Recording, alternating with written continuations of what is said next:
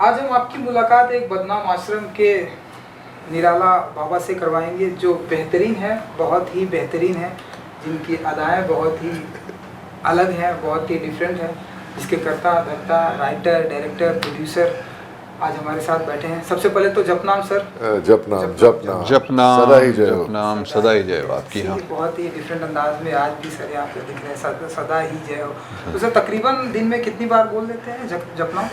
अब आदत सी पड़ गई है तो जपनाम ही है सब कुछ।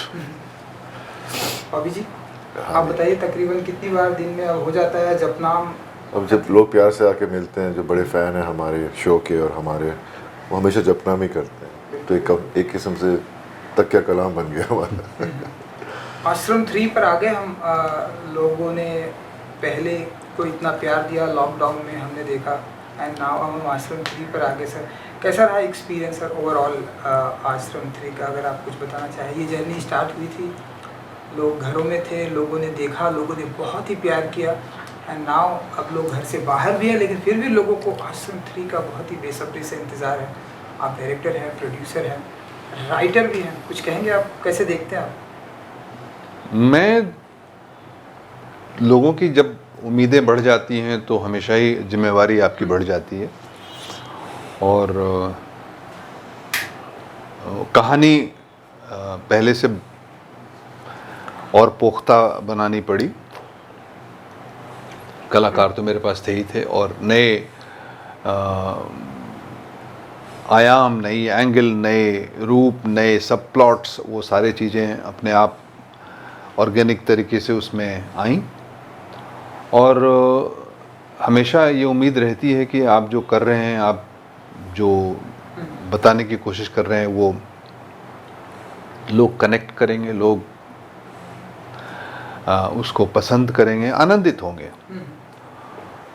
तो इसी प्रयास से हमने तीसरा चैप्टर भी कंप्लीट किया है, और हमने अपनी तरफ से तो कोई कमी छोड़ी नहीं है।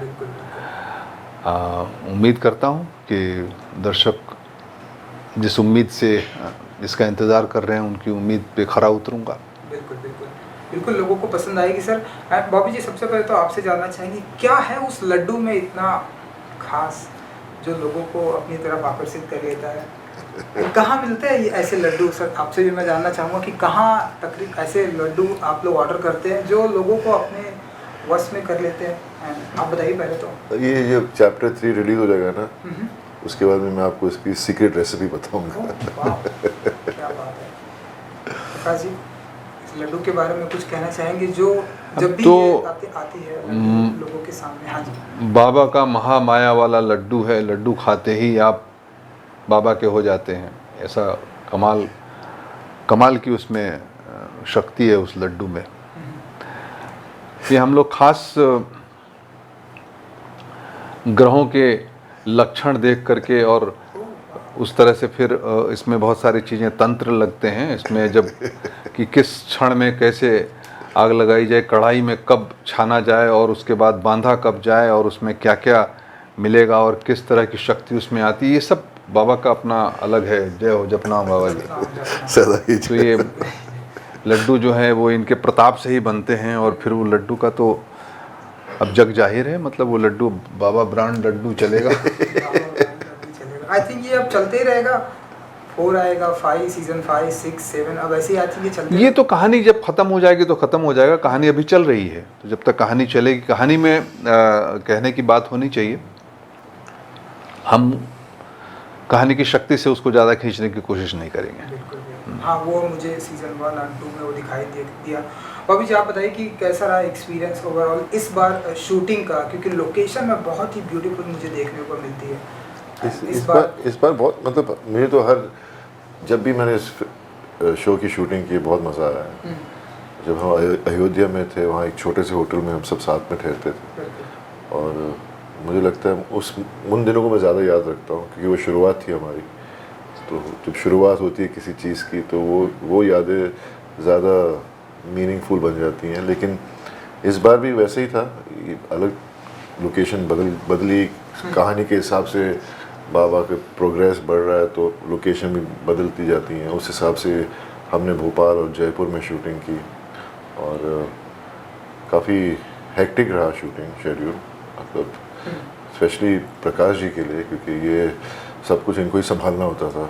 हमको सिर्फ शॉट रेडी के पहले आके रेडी होना था, फिर शॉट देते थे। पर प्रकाश जी तो प्रोड्यूसर भी है, राइटर भी है, डायरेक्टर भी है, तो इन्हें तो एक्सरसाइज का भी शौक है। तो ये तो हर दिन सुबह 4-5 बजे उठ के वर्जिश करते थे, फिर से कहानी पे बैठते थे, फिर निकलते थे, फिर लोकेशन देखते थे, फिर जहाँ पर क्या हो रहा है लोकेशन, फिर प्रोड्यूसर के हिसाब से ये करो, फिर डायरेक्टर के हिसाब से वो करो, फिर शाम को आके फिर से लिखते थे। तो ज़्यादा से ज़्यादा मेहनत, सबसे ज़्यादा मेहनत प्रकाश जी ने की है। हम तो बहुत लकी हैं कि प्रकाश जी ने ये हमें मौका दिया इस आश्रम का हिस्सा बनने का। और I think I am not just saying कि हमारे साथ मेरे साथ बैठे हैं इस वक्त, लेकिन whatever happened with this project is what he wanted and he wrote and he thought, and with complete honesty, you know, that's why मतलब जो कुछ भी किया इसी ने किया। आपने किया। आपने किया सर, इसीलिए आपने नोटिस किया। मेरा अगला सवाल भी यही था कि day by day sir younger होते जा रहे हैं। डेफिनेटली आज भी इतने दिनों बाद मिला, मैंने बोला प्रकाश जी आप तो और भी यंग हो क्या गए। बात है सर, क्या राज है सर आपका, बताएंगे कुछ आप? नहीं, मैं ऐसा कुछ है नहीं। एक्सरसाइज भी सर आप, ये तो मुझे नहीं पता था, डेली उठ कर आप एक्सरसाइज भी करते हैं। बाबा का लड्डू खा रहा हूँ मैं। बिल्कुल। एंड राइटर भी हैं आप, डायरेक्टर भी हैं, प्रोड्यूसर भी हैं, तो बताइए सर कि क्या राज क्या है सर? कोई राज नहीं है, बस आनंद है, आनंद। बिल्कुल। एंड सर जिस तरह से मैं देख रहा हूँ सर, वो आपकी फिल्मों की अगर मैं बात करूँ या अब लाइक ये वेब सीरीज़ की बात करूँ, बहुत ही बड़ा ऑरा रहता है। चाहे मैं आरक्षण की बात करूँ, राजनीति की बात करूँ, नाव आश्रम की बात करूँ, बहुत सारे स्टार कास्ट को लाते हैं एक साथ में, सभी को लाना, सबके साथ में एडजस्टमेंट करना, सभी के टाइमिंग को, शेड्यूल को, सभी की डेट को, एक एक्टर को हैंडल करना आज के टाइम पे जितना। सर यहाँ उल्टा होता है, वो सबको मेरे साथ एडजस्ट करना पड़ता है। कुछ बताना चाहेंगे आप कि? कुछ बताने की जरूरत नहीं, आप पूछो। अच्छा, कुछ बताने की जरूरत कुछ नहीं, वो सारे के सारे जो हैं वो हमारे साथ एडजस्ट करते हैं, क्योंकि हमारा काम है रास्ता दिखाना। हम रास्ता दिखाएंगे, सबको आना ही पड़ेगा। आई थिंक भाभी जी कुछ कहना चाहते हैं, कुछ बताइए कि कैसे एक साथ में सर, मतलब मैंने इनकी आरक्षण देखी, इतने सारे लोगों को एक साथ पर में, ये सर की राजनीति ये देखी। गॉड गिफ्ट है इनके पास। मतलब पता नहीं कैसे हैंडल करते हैं क्राउड्स को, और इतने प्यार से मस्ती भी करेंगे उनसे, थोड़ा प्यार से डांट भी देंगे, लेकिन लोगों को पसंद आता है जब ऑडियंस होती है वहाँ पर, और इन्हें इन्जॉय और समझ, इनको एकदम समझ भी लेते हैं कि क्या चाह रहे हैं। तो it's amazing, I think it's a God gift. नहीं, आप अगर अपनी चीज़ के बारे में क्लियर हैं और आपको विश्वास है, आपके विश्वास से ही बाकी सबों का विश्वास जगता है। हमारा क्या काम है एज ए डायरेक्टर? हम इसके देह में घुस करके एक्टिंग तो नहीं कर सकते ना। मेरा काम है इन्फॉर्म करना, इसको तैयार करना, इनसे इनकी चीज़ों को, इनके एप्रीहेंशंस को, इनके इंटिमिडेशन को तोड़ना, वो मेरा काम है। तो जब मैं अपनी चीज़ को अच्छी तरह समझ गया हूँ, मेरा विश्वास उसमें बन गया कि हाँ ये कहानी है, ये पात्र है, ये मूवमेंट है, ये सारी चीज़ें, इस तरह का विजन है, तो मैं कितनी अच्छी तरह से इनको दे सकता हूँ और इनका विश्वास कैसे उसमें जग सकता है। और सबों का विश्वास जब एक साथ हो जाता है ना, हमारे साथ बहुत क्राउड भी काम करता रहता है, तो सबको कम्युनिकेशन रहता है कि हमें करना क्या, हम कर क्या रहे हैं यहाँ, उनको सीन पता रहता है, तो ऑब्वियसली उनकी एनर्जी आती है, और एनर्जी आती है तो वो अच्छा दिखता है। तो जितने सारे पात्र हैं इसमें, दर्शन है, भोपा है, ये हैं, अदिति है, त्रिधा है, वो सारी चीज़ें सब उसी रथ पे सवार हैं जो रथ हमने मिलके बनाया है। तो तीव्र गति से और एक विश्वास के साथ चलता है उसका पहिया। एंड सर जिस तरह से आप इस सीरीज के राइटर हैं, डायरेक्टर हैं, प्रोड्यूसर हैं, आपने तो सर एक्टिंग भी मैं अकेला कुछ नहीं हूँ, सब मिलके करते हैं हम लोग। मेरा काम है, मैं सिर्फ दिशा निर्देशित करता हूँ, अकेला नहीं हूँ। राइटर में भी बहुत सारे लोग हैं, सब लोग मिल करके कुछ ना कुछ जोड़ते हैं। कोई डायलॉग देता है, कोई सीन आता है, कोई नई चीज़ आती है, वो सारी चीज़ जुड़ती है। हाँ, लेकिन चूँकि मेरी तरफ निर्णय के लिए लोग देखते हैं, तो मैं निर्णय छान के लेता हूँ। तो क्रेडिट सारी मुझे नहीं जानी चाहिए, क्रेडिट सबको जानी चाहिए, और सब मिल करके ही काम करते हैं। क्योंकि मैं लाख चाह लूँ, अगर दूसरा कन्विंस नहीं हो और वो उसका कन्विंसिंग नहीं आता है, जो कई बार होता है सीन्स में, फिर छुपता होती, फिर उसको अलग निकालते, फिर तैयार करते, फिर लेके आते हैं।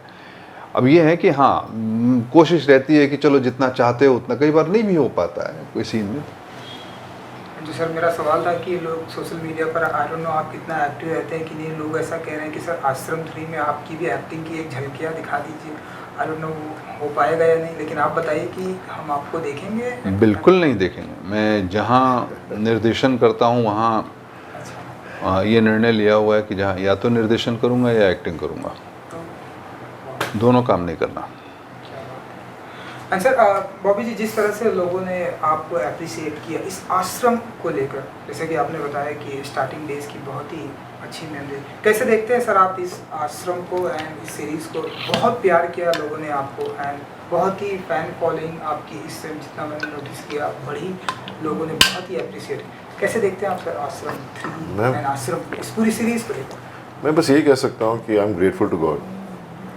मेहनत करोगे ना तो भगवान देख रहे हैं ऊपर से, और वो मेहनत करने वाले की हमेशा मदद करते हैं ईमानदारी से। ईमानदार, seriously that's what I believe. And fans तो हमेशा मेरे सालों से रहे हैं, लेकिन अब मैंने नए फैन बनाए हैं, उनका प्यार ही हमें वो ताकत देता है बिल्कुल। कि और मेहनत करो, क्योंकि मैं चाहता नहीं मैं कभी उनको अपने काम से डिसअपॉइंट करूँ एज एन एक्टर। तो you have to be always on your toes and keep working hard. And sir इस बार शूटिंग के दौरान तो आई डोंट नो कि कुछ प्रॉब्लम हुई होगी, क्योंकि स्टार्टिंग में तो कोविड भी था, एंड इस बार सीज़न 3 में शूटिंग के दौरान कुछ तैयारी वगैरह चलती है, बाकी वो एक आधा जिस कोई कठिनाई, हम लोग शेड्यूल पे काम खत्म किया, वैसे कोई प्रॉब्लम नहीं थी। अभी जी आप बताइए शूटिंग का कैसा रहा एक्सपीरियंस? बहुत मज़ा आया, मतलब every day was memorable, it was fun, क्योंकि हर सीन इम्पोर्टेंट होता है और मुझे इतने डायलॉग्स दिए जाते हैं बोलने के लिए कि मेरा तो आधा टाइम तो उसी में निकल जाता है कि दिन अच्छा जा रहा है बुरा जा रहा है मैं देखता नहीं हूँ। अगर मैं डायलॉग ठीक बोल लूँ, मैं परफॉर्म ठीक कर लूँ तो दिन अच्छा ही जाता है, और थैंकफुली हर दिन अच्छा गया है। लेकिन कभी कभार 1-2 दिन ऐसे भी होते हैं ना, जैसे क्रिकेट में बैट्समैन हमेशा हर दिन तो रन नहीं बना सकता, कोई कोई दिन होते हैं जब कम रन बनते हैं, लेकिन प्रकाश जी हैं देखने के लिए कि मैं रन और बनाऊँ। तो it's a great team effort, great को एक्टर्स, मेरे एक्टर्स जो जिनके साथ मैं काम कर रहा हूँ इस शो में, ये कमाल के एक्टर हैं। तो उनकी एनर्जी, कभी कभी आपकी जब एनर्जी डाउन होती है तो उनकी एनर्जी आपके अंदर आ जाती है। And I think it's just it's been amazing कि मैंने ऐसे ऐसे अच्छे इंसान मुझे मिले जो मेरे साथ काम कर रहे हैं इस फिल्म में, और इट्स रियली नाइस। ट्रेलर में मैंने देखा सर कि इस बार नए आश्रम को हमें देखने को मिलेगा, जैसे कि आप कुछ बोल रहे हैं कि इस बार नया आश्रम होगा, कंस्ट्रक्शन का कुछ काम दे रहे हैं, तो इस बार का किस तरह का आश्रम होगा अगर आप बता सकें? मतलब अगले सीजन के लिए या इस इस सीजन? सीजन में वो तो देख ही लिया आपने विजुअल्स में कि कैसे, पता नहीं, मतलब कुछ कल्पना है इनकी, एक अलग लेवल की कल्पना है, उस कल्पना को साकार करने की कोशिश कर रहे हैं। एंड कुछ एक न्यू एंट्री भी है, ईशा गुप्ता जी हैं, एंड और कितनी नई नई एंट्री होंगी अगर आप कोई बता वो थी पहले 2 एपिसोड में भी थी, अच्छा वो दिखी नहीं लोगों को। अच्छा ईशा गुप्ता जो थी ना, वो अदृश्य रूप में थी, उसकी आत्मा थी वहीं पे। इस बार वो रूप धारण करके but she's done a great job. Her character important होता है कहानी में ना, जैसे आप लिखते हैं, जैसे सर लिखते हैं, जो भी लिखता है कहानी, तो ऐसी सिचुएशंस बनती हैं जहाँ नए कैरेक्टर आने लगते हैं, और ईशा कहानी के हिसाब से एक कैरेक्टर है इस फिल्म में। तो जब आप देखेंगे 3 तारीख को लग रही है, तो आपको पता चलेगा कि क्या इम्पोर्टेंस है इस कैरेक्टर की। चलिए 3 जून को ये स्ट्रीमिंग होने वाला है। बिल्कुल 3 तारीख को, 3 जून को पूरी तरह से स्ट्रीमिंग हो जाएगी दुनिया भर में, और लोगों की उम्मीद और हमारी उम्मीद सब पे खरी उतर जाए तो मज़ा आ जाए। बिल्कुल बाबू जी, 3 जून को फिंगर्स क्रॉस्ड। अब जो होता है देखते हैं क्या होता है, उस पर तो हम कोई अभी से जवाब आंसर तो दे नहीं सकते कि हिट है या फ्लॉप है, वो तो ऑडियंस के ऊपर है कि कितनी पसंद आती है उनको। आई होप कि लोगों को ये फिल्म बहुत ही पसंद आएगी, ये series. Thank you so much. Thank you, thank you, thank you, thank you, God bless you. जप जप नाम, जप नाम, जप नाम। Thank you so much.